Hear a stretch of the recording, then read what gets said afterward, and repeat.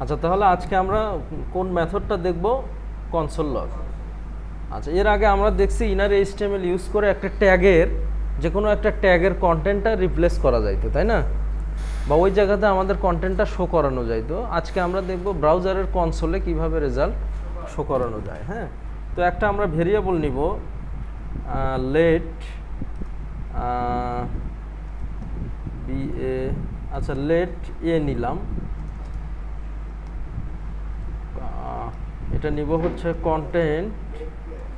Contents for console log.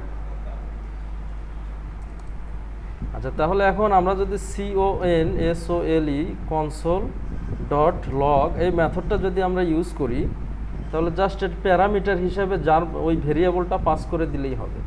তাহলে এই কন্টেন্টটা আমাদের কনসোল লগে শো করার কথা। এখানে না, কোথায় শো করবে?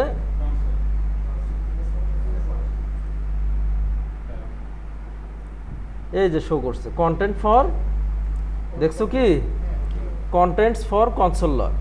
অর্থাৎ এইখানেও আমরা আমাদের কোডটা টেস্ট করতে পারবো। ক্লিয়ার? তো কেউ কেউ এই কনসোল লগ করে এইখানেই টেস্ট করে, ঠিক আছে? তো আমরা যেখানে খুশি যে কোনো ওয়েতে টেস্ট করতে পারবো। হ্যাঁ, আবার আমরা কি করছি, আমরা হচ্ছে এই সেম কাজটাই আমরা হচ্ছে ডকুমেন্ট লিখছি। কি লিখছি? ডকুমেন্ট, তারপরে কি লিখছি? গেট এলিমেন্ট, বানান ঠিক আছে?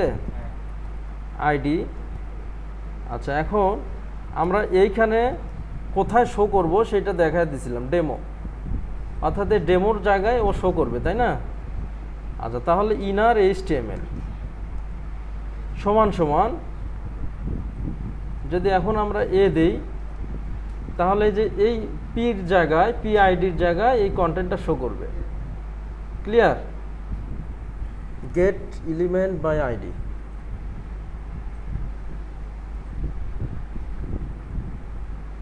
এই যে শো করছে। ক্লিয়ার? সেম কাজটাই ওইটা ব্রাউজারের কনসোলে শো করবে, আর এইটা যে কোনো একটা ট্যাগে শো করবে। আচ্ছা, তাহলে মোটামুটি ক্লিয়ার তো?